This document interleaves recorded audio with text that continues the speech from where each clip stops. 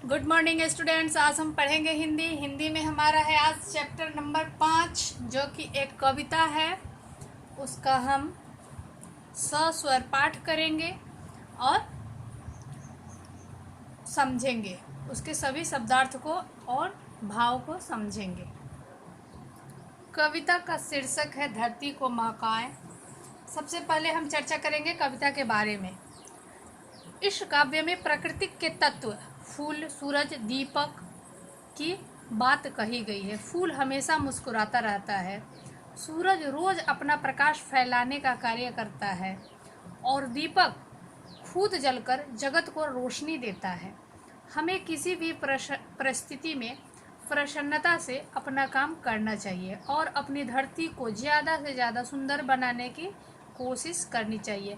यानी हमें हमेशा परोपकार, दूसरे को कुछ अच्छा लगे, सुविधा पहुँचे, लाभ हो, इसकी चेष्टा करनी चाहिए, ना कि सिर्फ अपने विषय में सोचना चाहिए।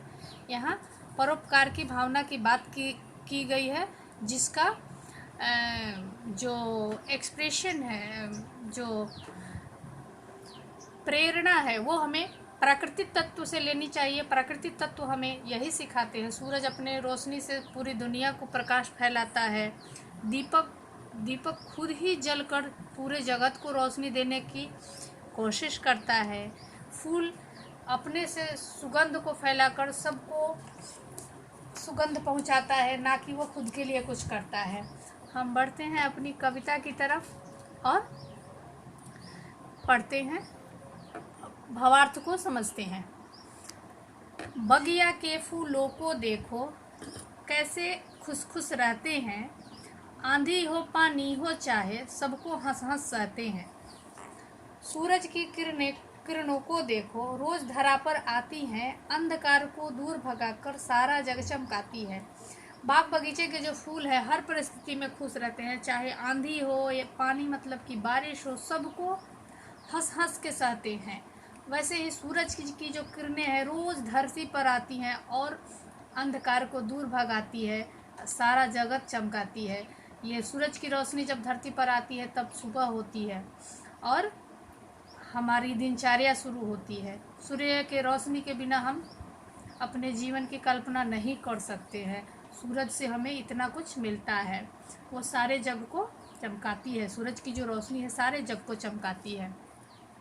दीपक को देखो कैसे यह हरदम जलता रहता है, अपना अंतर जला जला कर रोशन जग को करता है। दीपक यानी दिया क्या करता है, वो खुद को जलाता है, वो खुद ही जलते रहता है, लेकिन जगत को, दुनिया को, सबको, हम सबको रोशनी प्रदान करता है। आओ हम भी इंसान मिलकर जग में अपना नाम कमाए, सच्चे काम करें और सारी धरती को महकाए। मतलब हमें भी इन सब से प्रेरणा लेकर, इन सब से एक सीख लेनी चाहिए कि हर परिस्थिति में खुश रहते हुए सबको कुछ न कुछ देना चाहिए। सबको अच्छा और सच्चा काम करेंगे तो इस धरती को महकाएंगे, यानी इस धरती पर सुख समृद्धि की वृद्धि होगी। मैं उम्मीद कर रही हूँ कि आप कविता के भावार्थ को समझ गए होंगे। इसके जो कठिन शब्द हैं उनकी पिक आपको जाएगी, उसे आप नोटबुक में लिख के अच्छे से उसे याद करेंगे और होमवर्क नोटबुक में उसकी पिक लेके क्लास टीचर को भेजेंगे।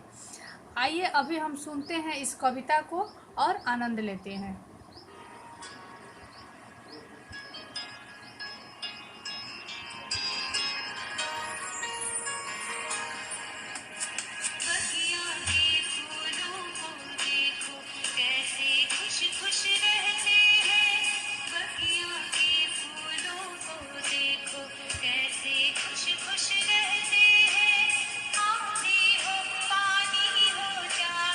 सबको हंस हंस सहते हैं।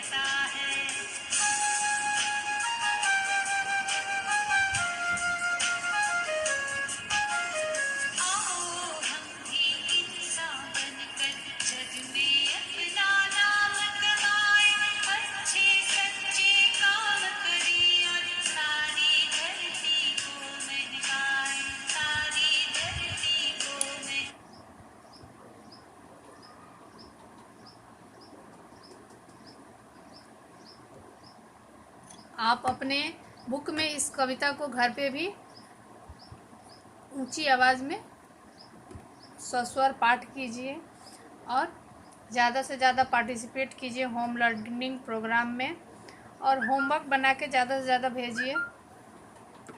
धन्यवाद।